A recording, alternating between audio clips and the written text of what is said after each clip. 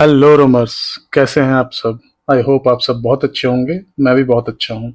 स्वागत है आप सबका रोम विद सारन के न्यू उत्तराखंड व्लॉग सीरीज के थर्ड व्लॉग में। जैसा कि आप लोगों ने मेरे लास्ट व्लॉग में देखा कि मैंने अपने 4 रोमर्स के साथ सोनप्रयाग पहुंचा, अपनी कार पार्किंग में लगाई और होटल में कमरा लेकर एक मार्केट एक्सप्लोर करने निकल पड़ा और डिनर लेकर रूम में ही आया और डिनर करके हम सो गए। Good morning roamers from Sonprayag. यह है वो होटल जहां हम रात को रुके थे। हम सब उठ चुके थे और नहा धोकर फ्रेश होकर अपना एक्स्ट्रा लगेज रखने हम निकल पड़े वापस पार्किंग में खड़ी अपनी कार की तरफ। यह है सोनप्रयाग पार्किंग सुबह के उजाले में। और एक्स्ट्रा लगेज कार में रखकर हम निकल पड़े अपने अगले मंजिल की तरफ, जो कि है गौरीकुंड। और जहां तक जाने के लिए हमें लेना था शेयरिंग मार्शल और बोलेरो, जो कि सोनप्रयाग से गौरीकुंड तक छोड़ने के 50 रुपये पर पर्सन के अकॉर्डिंग कॉस्ट चार्ज करते हैं। सोनप्रयाग से गौरीकुंड तक की दूरी वैसे तो 5 सवा 5 किलोमीटर की है और इसको तय करने में 30 मिनट लगते हैं लगभग। लेकिन इन शेयरिंग जीप्स को सोनप्रयाग से लेने के लिए और गौरीकुंड पर उतर के आगे जाने के लिए लगभग 700-800 किलोमीटर दोनों ही तरफ से पैदल चलना पड़ता है। एक शेयरिंग जीप में ये लोग 10 लोगों को बिठाते हैं। और सोनप्रयाग से गौरीकुंड तक का जो रास्ता है वो काफ़ी नैरो है और सिर्फ यूनियन वालों की गाड़ियां ही जाने देते हैं गौरीकुंड तक। सॉरी रोमर्स, सिर्फ 700-800 मीटर से ही दोनों तरफ जाना पड़ता है। स्लिप ऑफ टंग हो गया। सोनप्रयाग कार पार्किंग से निकलकर इस पुल को क्रॉस करना पड़ता है और शेयरिंग जीप टैक्सी को लेने के लिए, जो कि हमें गौरीकुंड तक छोड़ेगी।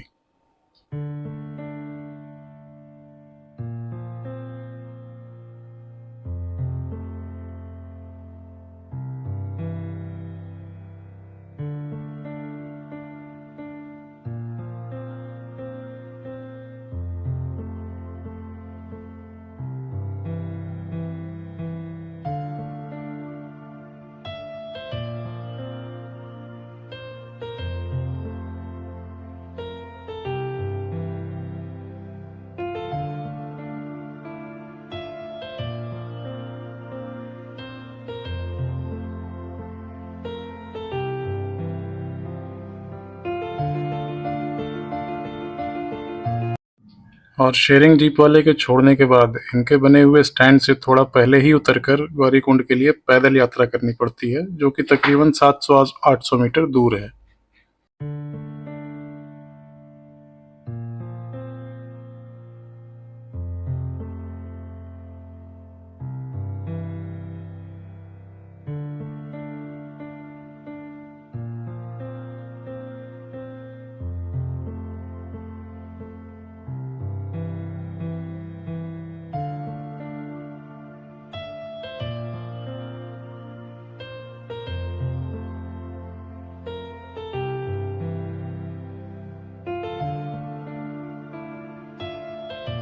यहाँ पर है गौरीकुंड और ये रहा माँ गौरी का मंदिर। और यहीं से शुरू होती है श्री केदारनाथ धाम की पैदल यात्रा।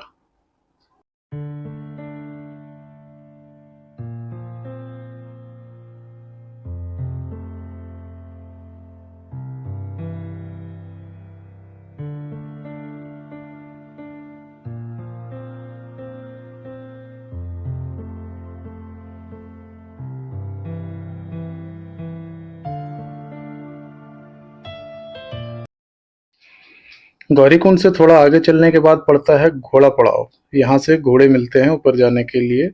और हम में से 3 ने घोड़े से जाने का डिसाइड किया था और 2 ने पैदल यात्रा का। जिन 2 पैदल यात्रियों में से एक मैं भी था। तो उन बाकी बचे 3 रोमर्स की घोड़े की टिकट करवाकर और उनको घोड़े पर बिठाकर विदा किया। और फिर बाबा केदार का नाम लेकर और जयकारा लगाते हुए हम दोनों ने शुरू की अपनी श्री केदारनाथ धाम की पैदल यात्रा।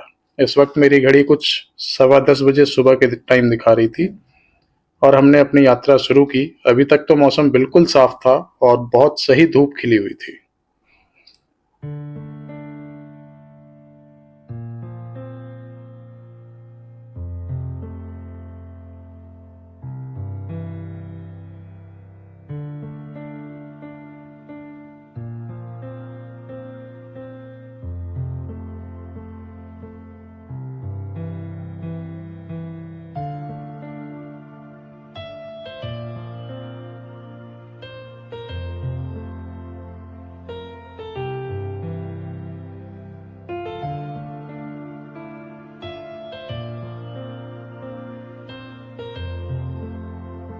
घोड़ा पड़ाव से बाकी के 3 रोमर्स को विदा करके हमने कुछ 1-1.5 किलोमीटर्स का ही सफ़र तय किया था कि हम पहुँचे चीरबासा में भैरवनाथ जी के मंदिर के पास, जो कि रास्ते में ही पड़ता है, और भैरव बाबा को प्रणाम करके आगे का सफ़र जारी रखा। गौरीकुंड से वैसे तो बाबा केदार का मंदिर 16 किलोमीटर्स बताया जाता है, लेकिन वो है लगभग 21-22 किलोमीटर्स का। 16 किलोमीटर वाला 2013 की बाढ़ वाली त्रासदी से पहले वाला पुराना रास्ता था। नए वाला रास्ता तो लगभग 21-22 किलोमीटर्स का है, क्योंकि मैं बाबा केदार के दर्शन को पिछले साल भी आया था, तो मुझे तो ये नया रास्ता 16 किलोमीटर्स का कहीं से भी नहीं लगा। गौरीकुंड से पैदल यात्रा शुरू करके धीरे धीरे हम पहुंचे पहले मेन हॉल्ट पर, जो कि है जंगल चट्टी, जो कि हमें रामबाड़ा ब्रिज से होते हुए पहुंचना होता है। गौरीकुंड से जंगल चट्टी का डिस्टेंस कुछ 4 से 5 किलोमीटर्स का है, और जिसको कवर करने में हमें लगे कुछ 2.5 से 3 घंटे।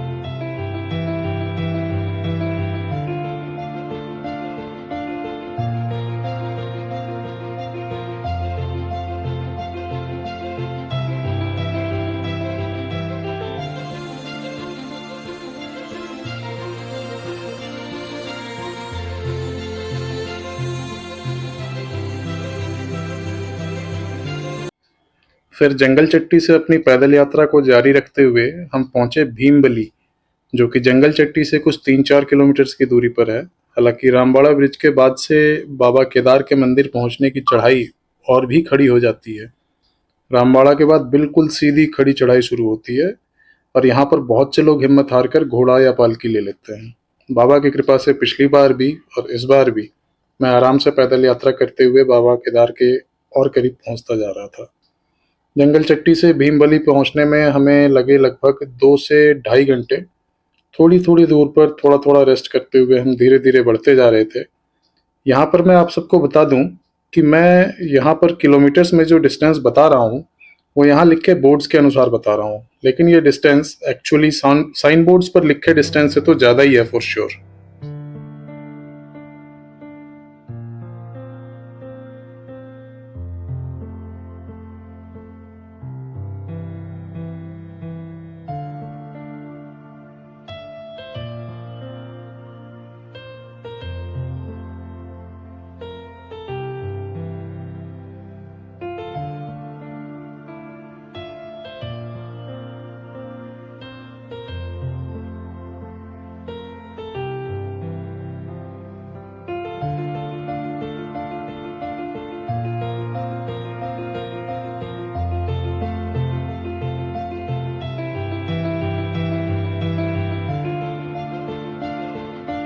फिर भीमबली से प्रकृति के इस अद्भुत रास्ते के नज़ारों का मजा लेते हुए हम पहुंचे छोटी लिंचौली, जो कि 2.5 किलोमीटर है, और फिर बड़ी लिंचौली यानी लिंचौली कैंप तक, जो कि वहां से 2 किलोमीटर के आसपास है। और चलकर हम रुके वहां पे कैंप लिंचौली में, क्योंकि शाम हो चुकी थी और ठंड धीरे धीरे काफ़ी बढ़ती जा रही थी। हमने चाय पी, भूख लग रही थी, गर्मा गर्म राजमा चावल खाए, थोड़े गरम गरम पकोड़े खाए, और फिर अपनी पैदल यात्रा को जारी रखते हुए आगे बढ़ने लगे। हाँ, गौरीकुंड से वैसे तो बाबा केदार के मंदिर तक बहुत ही सुंदर नज़ारा और बहुत ही खूबसूरत केदार घाटी देखने को मिलता है। कहीं खूबसूरत झरने, कहीं लश ग्रीनरी, कहीं स्नो पीक माउंटेन्स, और भी बहुत कुछ जिसको शब्दों में बयान करना बहुत ही मुश्किल है, और कैमरा भी इतना जस्टिफाई नहीं कर सकता इन सबको। इन सब चीज़ों को एक्सपीरियंस करने के लिए तो आप लोगों को कम से कम एक बार बाबा केदार के दर्शन को आना ही पड़ेगा।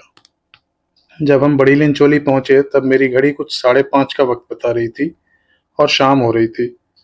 बहुत ही खूबसूरत सा हो रहा था सब कुछ आसपास। बड़ी लिंचोली बड़ी लिंचोली को बेसिकली कैंप लिंचोली भी कहते हैं। यहाँ पहुंचकर हमने अपने गर्म कपड़े निकाले, पहने, और अंधेरा भी होने लगा था, और अंधेरा होने के साथ साथ काफी ठंड बढ़ती जा रही थी, बहुत ही तेजी के साथ। इस वजह से हमने अपने कपड़े निकाले और पहनकर आगे का अपना सफर जारी रखा।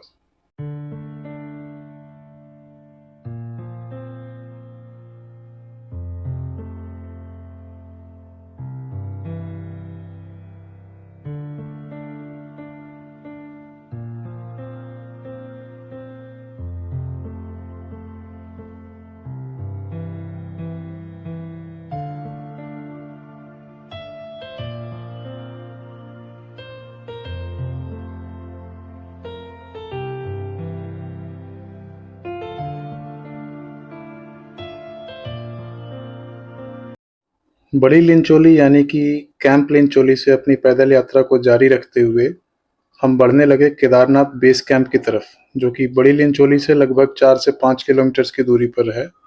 और यहाँ बड़ी लिंचोली से केदारनाथ बेस कैंप के बीच की चढ़ाई में पता नहीं किस वजह से मेरी तबीयत बिल्कुल खराब सी लगने लगी थी और एक कदम चलना भी मुश्किल पड़ रहा था। फिर भी हिम्मत करके बाबा केदार का नाम लेकर और जयकारा लगाते हुए हम धीरे धीरे बेस कैंप की तरफ बढ़ने लगे। और बेस कैंप पहुंचकर तो मानो जैसे बिल्कुल पैरों में जान ही आ गई हो। बेस कैंप से बाबा के मंदिर तक अब सिर्फ 1 किलोमीटर का ही डिस्टेंस बचा हुआ था, जिसे हमने सिर्फ 15 मिनट में ही पूरा कर लिया। ये रहा रोमर्स, बाबा केदारनाथ का वो मंदिर जिसके लिए सब लोग इतनी दूर दूर से अलग अलग तरीकों से यात्रा करके दर्शन को पहुंचते हैं। हर हर महादेव, जय श्री केदारनाथ। जब हम पहुंचे तो रात के 10 बज रहे थे। मंदिर के कपाट बंद हो चुके थे, दर्शन तो सुबह ही होने थे।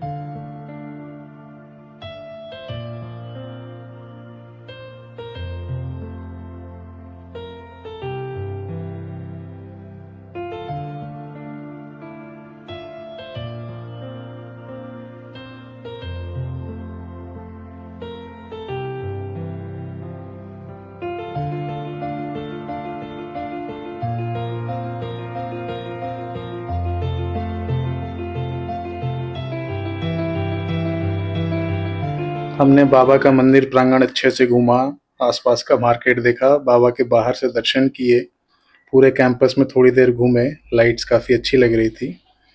और फिर वहाँ पहले से पहुंचे हुए बाकी के 3 रोमर से मिलकर अपना टेंट लगाने लगे। हम अपना टेंट लेकर गए थे, उन्होंने तो एक कैंप रात बिताने के लिए ले रखा था ऑलरेडी, क्योंकि वो हमसे पहले पहुंच गए थे घोड़े के जाने की वजह से। वो शाम को 6:30 बजे के आसपास ही पहुंच गए थे। तो हम दोनों ने अपना टेंट सेटअप किया और डिनर करके सो गए। ठंड काफ़ी ज़्यादा थी, उस वक्त टेम्परेचर -4 शो हो रहा था। बने रहिए इस न्यू उत्तराखंड ब्लॉग सीरीज में, अभी और भी बहुत सफ़र बचा है, बहुत कुछ दिखाना, बताना और घुमाना बाकी है। और सुबह तो अभी दर्शन भी करने हैं बाबा के। मिलता हूँ उत्तराखंड सीरीज के नेक्स्ट एपिसोड में, सफ़र जारी रहेगा। हर हर महादेव।